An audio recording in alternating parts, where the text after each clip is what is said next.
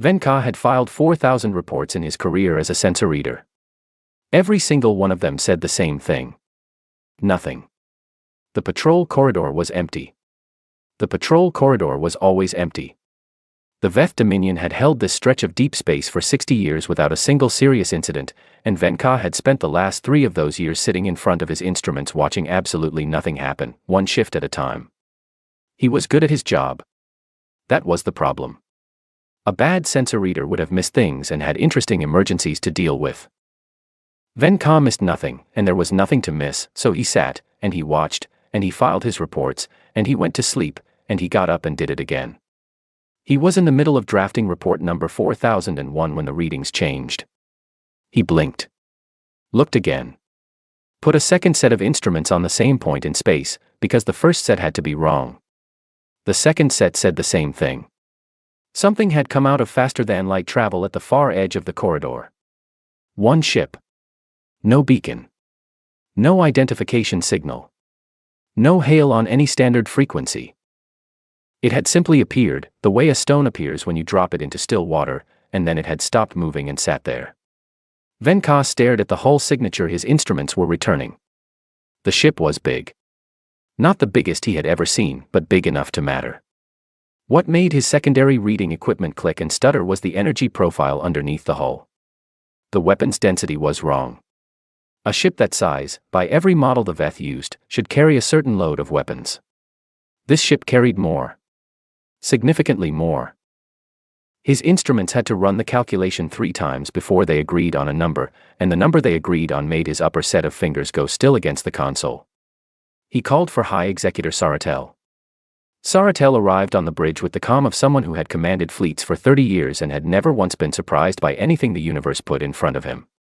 He was old, in the way that Veth commanders got old, carefully, deliberately, with every year worn like a piece of armor. He looked at Venka's readings. He looked at them again. He said nothing for a long moment. The Veth fleet numbered 12 ships. 12 well-armed, well-crewed warships that represented the finest thing the Dominion put between itself and whatever lived out here in the dark. Saratel had commanded this fleet for 8 years and he had never once had cause to doubt its adequacy. He was beginning, in a small and quiet way he would not have admitted to anyone, to doubt it now. He ordered the fleet into encirclement formation. 12 ships moved with practices around the single vessel that sat waiting at the edge of the corridor. The formation was textbook. Clean.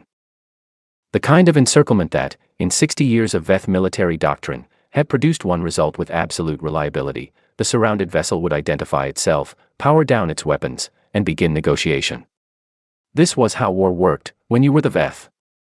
You demonstrated superiority. The other side acknowledged it. Terms were arranged. Everyone went home. It was not mercy, it was efficiency. War, to the Veth High Command, was a mathematical exercise, and mathematics had no interest in unnecessary destruction. Adjutant Phrase 7 stood at Saratel's right side and transmitted the standard Dominion challenge on all known frequencies. The message was simple. Identify yourself. Surrender your vessel. Await instructions. The alternative, the message noted in the precise and formal language the Veth used for such things, was destruction. The human ship did not respond. It did not power down. It did not run. What it did was turn. Slowly. Deliberately. The way a person turns when they hear their name called from across a room, not startled, not afraid, just turning because they heard and they want to look. The human vessel rotated until its bow was facing the center of the Veth formation, facing Saratel's flagship directly, and then it stopped. And it held. The bridge of Saratel's flagship went quiet in a way that had nothing to do with the absence of sound.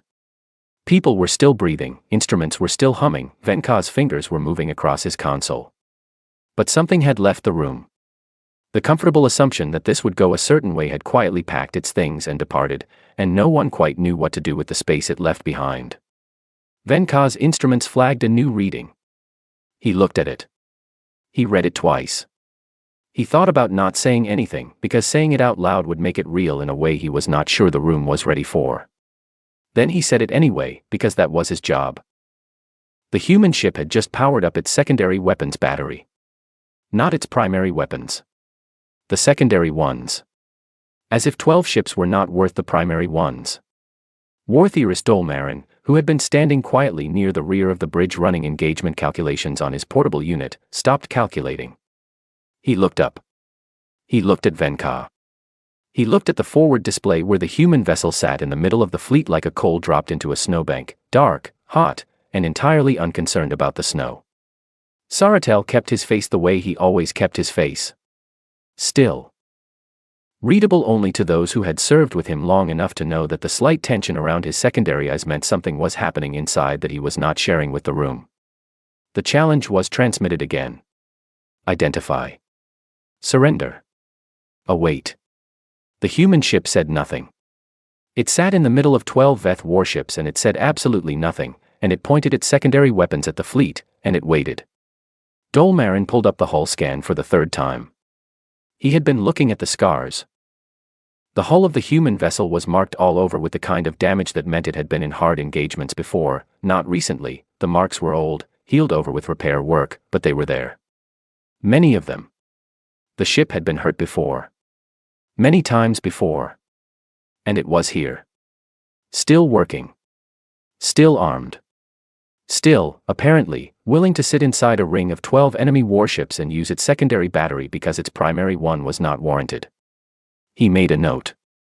He did not know what the note meant yet. He knew it mattered. Saratel ordered a weapons lock. All 12 ships trained their forward batteries on the human vessel. The mathematics were clear. This should end one way. Venka watched his instruments. The human ship's energy readings did not spike with fear the way a vessel powering up for desperate evasion would. They stayed level. Steady. The crew inside was doing whatever it was they were doing, and whatever it was did not look like panic. Phrase 7 transmitted the challenge a third time, because protocol required 3 transmissions before escalation. The human ship did not answer the third one either. But a different reading came in, a small one, easy to miss if you were not paying careful attention. The human vessel's communications array had activated. Not broadcasting. Receiving. It was listening to everything the Veth fleet was transmitting to each other. It was learning. Venka filed that in the same place in his mind where he had filed the secondary weapons and the old scars and the ship that would not run. He started a new document. Not a routine patrol report. Something else. He did not have a name for it yet. He started it anyway. He had a feeling this was going to take more than one page. Commander Dara Ellison had known the numbers before she dropped out of faster-than-light travel. 12 ships. She had been watching the patrol corridor for 2 months before she made her move, and she had counted every one of them. 12 ships to her one. She had sat with that number in her quarters the night before, holding a cold cup of coffee, and she had thought about it the way she thought about most things, practically, without drama, the way a carpenter thinks about a load-bearing wall before deciding where to put the door. She had volunteered for this. So had every person on the Ardent Vow. That part mattered. It was the only part, on certain days, that did. Lieutenant Cody Marsh ran the tactical board from the station to her left. He had a way of calling targets that she had always found steadying, no excitement in it, no anger, just the clean and specific voice of someone who had done this too many times to make it into something it wasn't. He called them by number. Target 1. Target 4. He had been doing this long enough that naming them felt wrong to him now, like naming a wave before it hit the beach. When the Veth opened fire, Ellison did not flinch. She did not give the order to evade. The Ardent Vow absorbed the first salvo the way old buildings absorb weather, complaining loudly, shuddering in places, but not moving. Hull plating on the port side buckled. 2 compartments on Deck 7 lost atmospheric pressure before the emergency seals kicked in. The ship screamed in the particular way that ships scream when they are being hit, metal sounds, alarm sounds, the sound of things breaking that were not supposed to break. Chief Petty Officer Lou Garrett was already moving before the second salvo landed. He moved through the Ardent Vow the way water moves through damaged pipe, finding the breaks, filling them, using whatever came to hand. He had a damage control team that trusted him entirely, which was useful, because trusting Lou Garrett entirely meant following him into places that were on fire and that had approximately no atmosphere, and doing it quickly. He patched breaches with plates and sealant and the flat of his own hands when that was what was available. He kept a running commentary on the ship's internal comm that was 50% status reports and 50% language that would have offended everyone in his extended family. The Ardent Vow kept flying. Marsh tracked the return fire with the same quiet he brought to everything. He did not fire everything. That was the thing the Veth would not understand until later. He had the weapons to do significantly more damage than he was doing, and he was choosing not to use them. Each shot from the Ardent Vow landed in specific places. Propulsion arrays. Sensor clusters. The systems that moved and the systems that saw. He was not trying to kill the Veth ships. He was trying to make them feel what it was like to be touched by something that had decided, at some point, exactly how much of itself to use. Every Veth ship that fired took damage. Precise damage. The kind that said, "We know where you are, we know what you're made of, and we chose to leave the rest of you intact." On the bridge of the Veth flagship, the engagement models were dissolving. Dolmarin watched his calculations fail in real time. He ran the projection 4 times and got 4 different answers, and none of them matched what was happening in front of him. The human ship should have been dead by the 3rd salvo.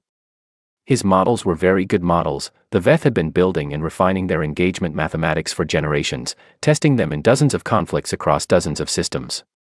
They were not the kind of models that failed. They were failing now.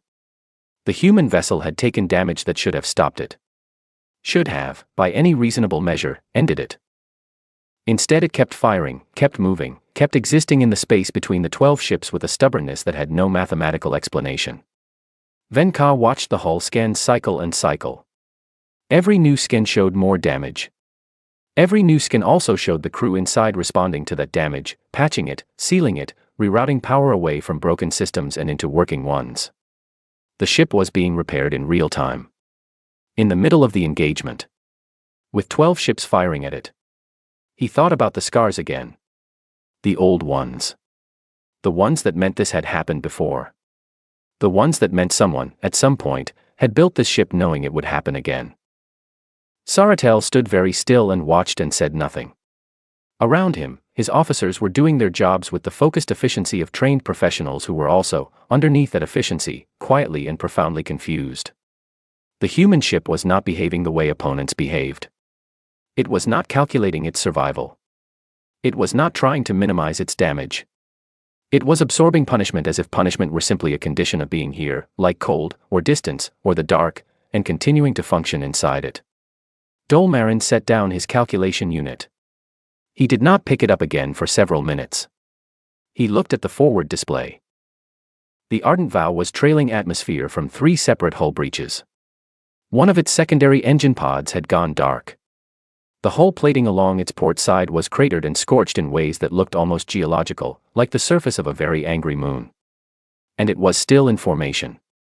Still firing. Still sitting in the middle of the Veth fleet as if the situation were acceptable. As if this were a thing they had accounted for. Dolmarin's preliminary notes, written during the engagement and found later, recorded one question in the cramped shorthand he used when he was thinking fast: who builds a ship for this? He did not have an answer yet. He wrote the question anyway, because questions were where understanding started and he was going to need a great deal of understanding before this was over. Saratel made the decision in the way he made all his decisions, quietly, and alone, and without announcing it until it was already done. He raised his hand. He gave the order. Cease fire. Not because the Ardent Vow was winning. Not out of mercy. Out of something that felt, in a way he could not name and would not have named even if he could, like the first edge of awe, the hard, cold kind that arrives when you realize you have been wrong about something important. He needed to understand what he was looking at before he destroyed it. The firing stopped. From all 12 ships, the weapons went quiet. Space went still in the particular ringing way it goes still after a great deal of noise. The Ardent Vow held position. Bleeding.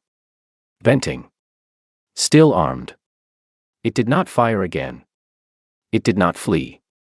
It sat where it was and it waited, and in the waiting there was something that the Veth had no word for, not defiance, not arrogance, just the simple and total refusal to treat the situation as anything other than something that could be gotten through. Ensign Priya Okafor opened a channel from the communications station, her hands perfectly steady, her voice clear and careful in the specific way of someone who had practiced what they were about to say many hundreds of times. She spoke in the Veth's own language. The accent was not perfect. The vocabulary was not native. But the meaning was clean and unmistakable. "Commander Ellison," she said, "would like to talk."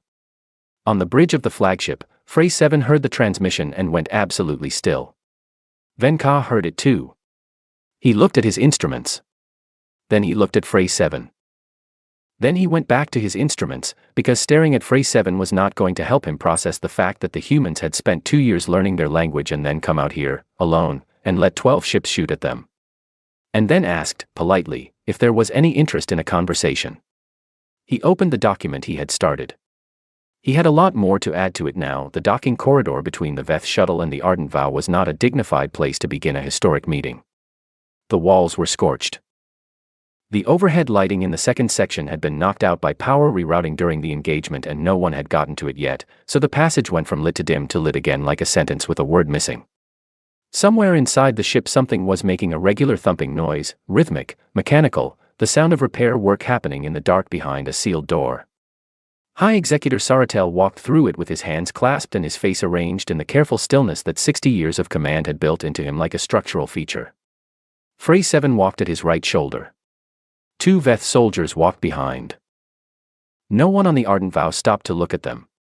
Workers in sealed environment suits moved past with equipment. A pair of crew members carrying a replacement conduit section pressed themselves to the wall to let the Veth delegation pass, nodded once with the professional courtesy of people who had somewhere to be, and then kept moving. A klaxon sounded 3 short pulses somewhere deeper in the ship and was immediately answered by Lou Garrett's voice on the internal comm giving instructions in a tone that suggested the klaxon had personally offended him. Saratel had boarded many vessels in his career. Enemy vessels. Captured vessels. He knew what a ship looked like when it was in distress. The Ardent Vow was not in distress. It was in the middle of fixing itself, which was a different thing entirely.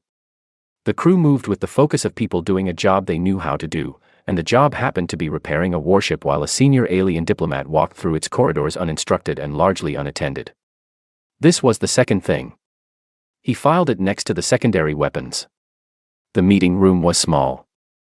It smelled like burnt metal and something dark and bitter that the humans apparently consumed from containers. Ellison had one on the table in front of her, half empty, the temperature of it clearly long past the point of being warm. She did not apologize for the room. She did not apologize for the smell. She stood when they entered, shook Saratel's hand in the particular human custom that Frey 7 had briefed him on, grip, release, done, and she sat back down. She had a bruise along the left side of her jaw from the engagement. She had not covered it. She had not done anything about it at all, as far as Saratel could tell. It was simply there, the way the dented wall panels were simply there. Part of the day. She offered him the bitter dark liquid. Frey 7 translated the offer. Saratel declined. She nodded and did not explain what it was. Frey 7 found, privately, that he was grateful for this. He did not want to admit he did not know. Ellison put her hands flat on the table and looked at Saratel directly, not the indirect, angled gaze that Veth diplomatic protocol used to signal equal standing, but straight across, the way humans apparently looked at things they wanted to understand. She was not trying to be rude. Frey 7 had studied enough human behavioral records to know this was simply how they looked when they were paying full attention. She said, "We know you are out here. You know we are out here. That part is settled. What happens next is either an arrangement or a very long and very expensive problem, and the ship outside your window is full of people who agreed to come here and make sure the problem does not become humanity's problem. The choice of what this becomes belongs to you." Saratel let Frey 7 complete the translation before responding. He was measuring her. He had been measuring her since he walked in. In 60 years of command he had developed a reliable sense for people who were performing confidence and people who simply had it. Performance had a texture. It showed around the edges when the pressure was real enough. Ellison had no edges showing. She sat in a damaged ship she had just taken 12 warships worth of fire in, with a bruise on her jaw and cold coffee on the table in front of her, and she negotiated like someone who had nowhere else she needed to be and nothing she was afraid of losing. Saratel had not been in a room with a person like this in a very long time. He chose his words carefully. The Veth Dominion, he said, did not negotiate under the implicit threat of force. Ellison looked at him for a moment.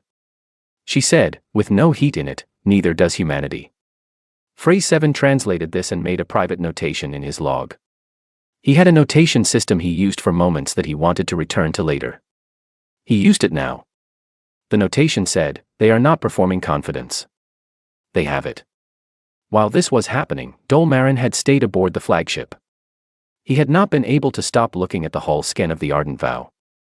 While Saratel sat across a table from its commander, Dolmarin was taking the ship apart specification by specification on his analysis unit, not in a military sense, but the way a scholar takes apart a text, line by line, until it means something. What he found made the engagement models look simple. The life support system was built for endurance that exceeded combat rating by a factor of 3. The medical bay occupied a percentage of total ship volume that was significantly higher than any comparable VETH vessel, not a field hospital, just the regular medical bay, built large, built well-stocked, built as if whoever designed the ship expected a great many people to need a great deal of medical care over a very long time. The crew quarters were small. The munitions storage was not. Someone had designed this ship knowing it would go far from home. Knowing it would take damage. Knowing it would be away for a long time, hurt, and needing to keep its people alive through all of it. The comfort of the crew had been made secondary to the survival of the crew. These were different things, and the choice between them had been made deliberately. He wrote, "This vessel was not built to win individual engagements. It was built to not stop."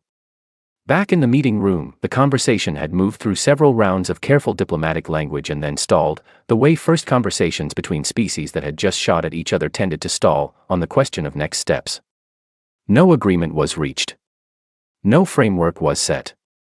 But the conversation did not end badly.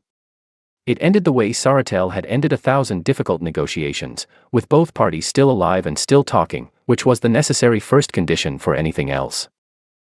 He stood to leave. At the door he turned, and through phrase 7 he asked the question he had been holding since before he boarded. How many ships like this one did the humans have? Ellison looked at him. She did not move her hands. She did not shift in her seat. She gave a small smile, not the aggressive kind, not the triumphant kind, just the kind that a person gives when the answer to a question is already contained in the question itself and everyone in the room knows it. She said, "Enough." Saratel looked at her for a long moment. He turned and walked out. He did not ask a follow-up question. Whatever number she might have said next, he had decided, somewhere in the corridor between the meeting room and the docking hatch, that he did not want to hear it badly enough to ask. Phrase 7's notation log recorded the walk back through the ship. The workers were still working. The klaxon had stopped. The thumping behind the sealed door had not. The corridor light that had been out on the way in had been fixed by the time they returned, a small thing, but it struck him, in the time of the meeting, someone had found the time to fix a light. He added to his notation, "They were repairing the ship while we were talking." He looked at the entry for a moment. Then he added one more line underneath it. They were always going to keep going. Dolmarin had a small office in the Veth Dominion's analytical bureau that smelled like old paper and the particular kind of silence that accumulates in rooms where serious thinking has happened for a long time. He had worked in this office for 22 years. He had solved difficult problems here. He was good at difficult problems. Difficult problems, in his experience, yielded to patience and careful methodology. You broke them into smaller pieces. You examined each piece. Eventually the pieces told you something. He had been breaking this particular problem into smaller pieces for 3 weeks and the pieces were not behaving. The research request had come from Saratel directly, understand the humans. Not just their military. Everything. Whatever could be found, intercepted, inferred. He wanted a complete picture. Dolmarin had assembled a team of 8 analysts and they had worked through everything available, communications intercepts gathered over several years, fragmentary records from other species who had encountered humanity before the Veth, observed behavioral data, the technical specifications of the Ardent Vow pulled apart and rebuilt in model form on his analysis unit. He had expected to find a military profile. A threat assessment. Numbers, capabilities, doctrine. What he found instead was a history. Humans had been at war since the beginning of their recorded existence. Not the kind of war the Veth practiced, structured conflict with clear objectives, agreed upon loss parameters, diplomatic resolution at the end. The kind of war that did not stop. Generational war. War that lasted long enough to change the people fighting it down to the bone. They had fought over land and food and religion and ideas and the shape of their governments and the color of their skin, a physical variation that Dolmarin had to read twice to understand, because the Veth did not have this particular kind of difference among themselves, and the concept of using it as a reason to kill each other was one he found genuinely difficult to process. They had come very close, multiple times, to destroying themselves entirely. Not in metaphor. In fact. They had built weapons capable of ending their own species, and they had pointed those weapons at each other, and it had required something: diplomacy, exhaustion, the terrified good sense of people standing at the edge of something absolute, to step back from the edge. And then, in some cases, they had stepped back, recovered, rebuilt, and within a few generations begun moving toward the edge again. Dolmarin sat with this information for a long time. The weapons that the Ardent Vow had used during the engagement, he knew them now. He knew where they came from. Not from alien warfare. They had been developed in human conflicts against other humans. Refined through human wars. Made better, and more precise, and more deadly, and then made better again, in the long and grinding process of human beings trying to survive what other human beings were doing to them. The hull of the Ardent Vow, built to absorb damage and keep going, had been designed because humans used to shoot at each other with weapons exactly like the ones inside it. The life support system, built for endurance beyond standard combat rating, existed because human crew members had died when their ships gave out under human fire, and someone had decided to engineer a version of the problem away. The medical bay, large and well supplied, same reason. The ship was built in the image of what humanity had already survived. The image of themselves, turned outward into the dark. Dolmarin's preliminary notes, at this point in the research, had a gap of 40 minutes with no new entries. His analysts, working in the adjoining room, reported later that he had sat very still at his desk for that period and had not responded when spoken to. He was thinking about the scars. Venka had been working separately. The sensor reader had requested access to the Analytical Bureau's resources after the engagement, using the pretext of completing his formal incident report. Dolmarin had granted the access without asking what Venka intended to do with it, which turned out to be consequential. Venka had spent his 3 weeks doing one thing: mapping the scars on the Ardent Vow's hull. He had the full skin data from the engagement. He had run it through the Bureau's weapon signature matching system, which could identify the type and origin of damage based on the characteristic patterns that different weapons left on different hull materials. It was painstaking work. There were a great many scars, and the older ones had been partially covered by repair work, which made the matching more difficult. He had done it methodically, the same way he had spent years recording nothing on patrol, carefully, completely, because the job was the job regardless of whether it was interesting. When he was done, he sent his findings to Dolmarin with no commentary. Just the data. Dolmarin opened the file and read it. Some of the scars on the Ardent Vow were from Veth weapons. Those were from the recent engagement, as expected. The rest were from other sources. Venka had matched most of them to 3 other species, not the Veth, not human, 3 separate civilizations who existed in the regions of space between Veth territory and human space. Species the Veth knew of, had had limited dealings with, considered moderately significant in the regional power structure. The Ardent Vow had tangled with all 3 of them before it arrived at the patrol corridor. And it had survived all 3 of them. And then it had come here.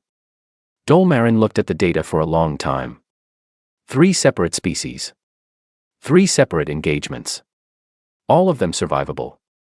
All of them survived. And then this ship, carrying those old wounds, had appeared in the Veth corridor, sat in the middle of 12 warships, and powered up its secondary weapons. There were 3 scar patterns Venka could not match at all. 3 weapon signatures from no species in the Bureau's records. Unknown origin. Unknown circumstances. Whatever had made those marks, it was not in any database the Veth had. Dolmarin set the file down. He had been a war theorist for 22 years. His job was to understand violence, how it worked, how it could be anticipated, how it could be shaped or prevented or ended. He was very good at his job. He had always been very good at his job. He did not know how long he sat in his small office before he picked up his documentation unit and began writing. The doctrine revision, as filed, ran to 340 sections. It would take years to fully implement. It would change how the Veth approached every tactical situation involving an unknown species for the next century. Saratel had asked for a threat assessment and received something closer to a philosophical reconfiguration of the entire framework the Veth used to think about conflict. The first section, which Dolmarin wrote before any of the others, was the shortest. It said, all existing engagement models assume the opponent will prioritize their own survival above mission continuation. This assumption produces accurate predictions across all known conflict scenarios. It does not apply to human combatants. It must be removed from every engagement calculus currently in use. He filed it. He made a copy for his own records. He sat in his small, quiet office for a while longer. Somewhere in his notes, not in the official filing, in the private document, he had written a question at the 40-minute mark when the entries had stopped. He had not answered it when he wrote it. He looked at it now. Who builds a ship for this? He knew the answer now. He knew what kind of people built ships that were made to absorb fire and keep going, designed for endurance, built large around the medical bay and small around the crew quarters, carrying weapons developed in 10,000 years of practice against themselves. People who had survived themselves did. People who had nearly not survived themselves, and had learned, in the grinding and terrible school of that near miss, exactly what a ship needed to do to keep its people alive. He did not write any of this in the official doctrine revision. He did not need to. The 340 sections said it in different language, precise, technical, military language, but they said the same thing. Do not engage a human vessel with assumptions that were built for anyone else. They were not anyone else. They had never been. The Ardent Vow moved through the dark at something less than her usual speed. One of her secondary engine pods was still offline.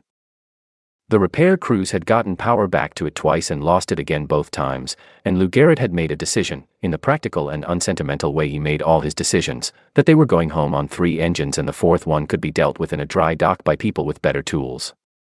He had said this to the engine pod, directly, while closing the access panel on it for the last time. The engine pod did not respond, which he took as acceptance of terms. The journey home was going to take longer than the journey out. Nobody complained about this. Dr. Nadia Voss worked through the extra days the way she worked through all of them, methodically, with the particular focus of a person who uses work to keep the other things at a manageable distance. She did her rounds. She checked on the 11 wounded, cleared 3 of them for return to limited duty, kept 2 on rest.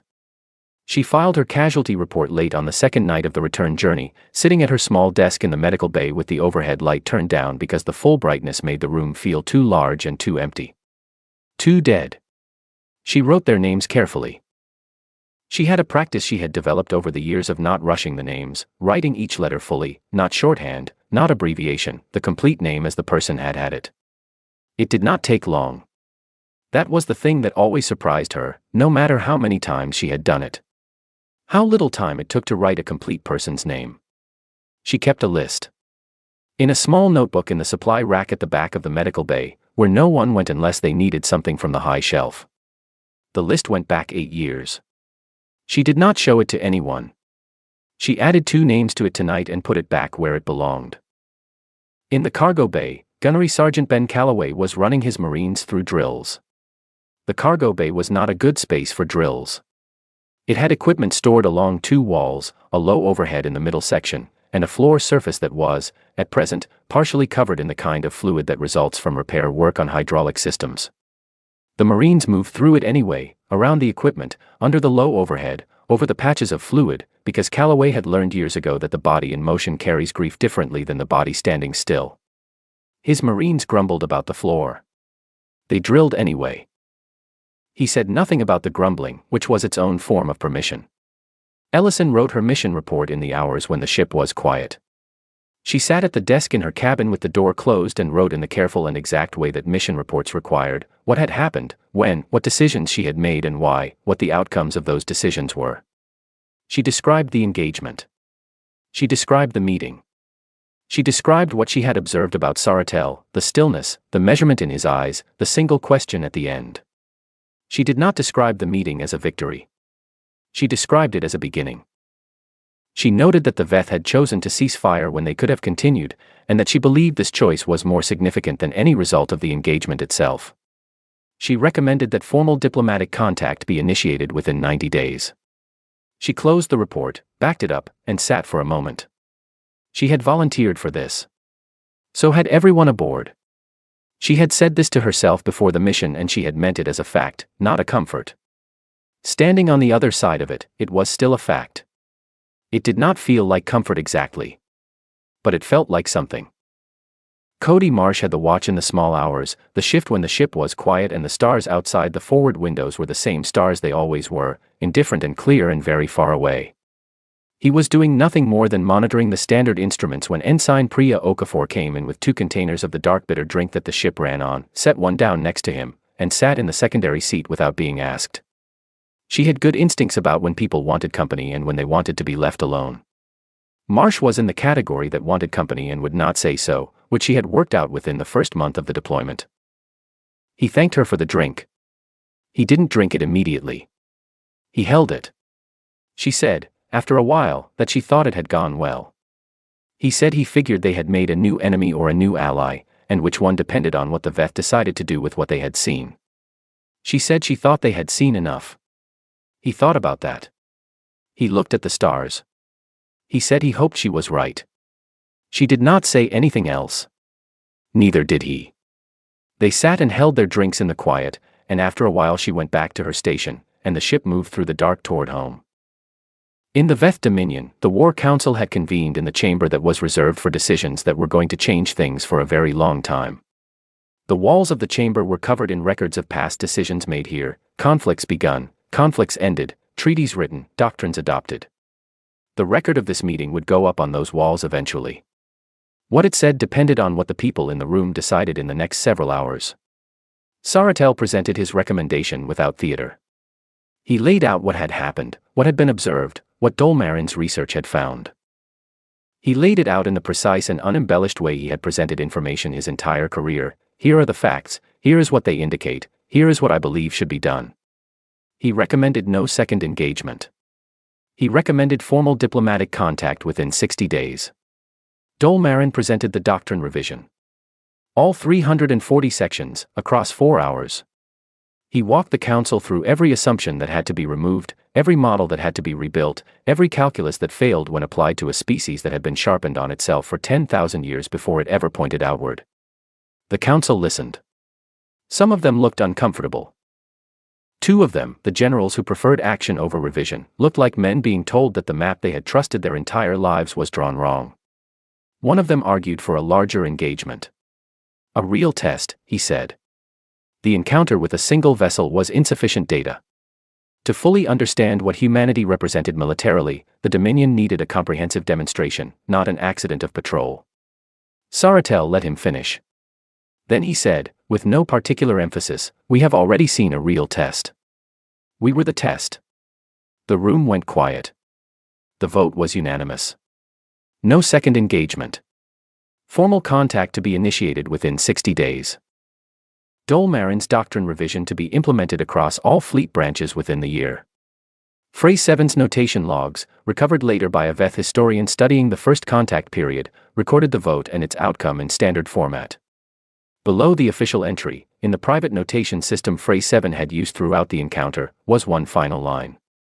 Not analysis. Not strategy. Not diplomatic language. They sent one ship. That was all it said. Somewhere in the dark between the stars, the Ardent Vow moved at 3/4 speed through the long space between where it had been and where it was going. Damaged and slower and carrying everything it had carried out here, plus the weight of what it was bringing back. Lou Garrett was finally asleep. He had held the damage control teams together for 3 days before someone convinced him that the ship was not going to fall apart if he closed his eyes, and then he had gone to his bunk and fallen asleep in the way of people who have spent themselves entirely, immediately, completely, like a light switched off. The repair work continued without him. His teams knew what they were doing. He had taught them. The Ardent Vow flew on. In the Analytical Bureau, now quiet and half-dark at the late hour, Dolmarin's doctrine revision sat in the distribution queue. 340 sections. It would go out in the morning to every fleet command in the Dominion, and from there it would work its way through every tactical training program, every engagement manual, every model used to think about what conflict looked like and how to survive it. The first section would be read first, as it was meant to be. The one he had written before all the others, in the first hours after the data had settled into something he could understand. It did not talk about weapons or hull specifications or tactical formations. It said only, do not engage a human vessel expecting it to stop. 339 sections followed it. They were precise and thorough and methodically correct. None of them said anything more important than that first one. The humans had come out here in a ship built from everything they had survived, crewed by people who had agreed to come, and they had sat in the middle of 12 warships and waited to talk. That was the thing. Not the weapons. Not the damage absorbed. Not the precise and measured return fire. The fact that they came at all. The fact that they kept going. The fact that the ship was already being repaired during the meeting, and the light in the corridor was fixed before the shuttle left, and somewhere on the return journey a young officer brought a drink to the men on night watch because that was the kind of ship it was, the kind that kept the people inside it alive, in all the ways that keeping people alive required. That was the thing that left the Veth Dominion speechless.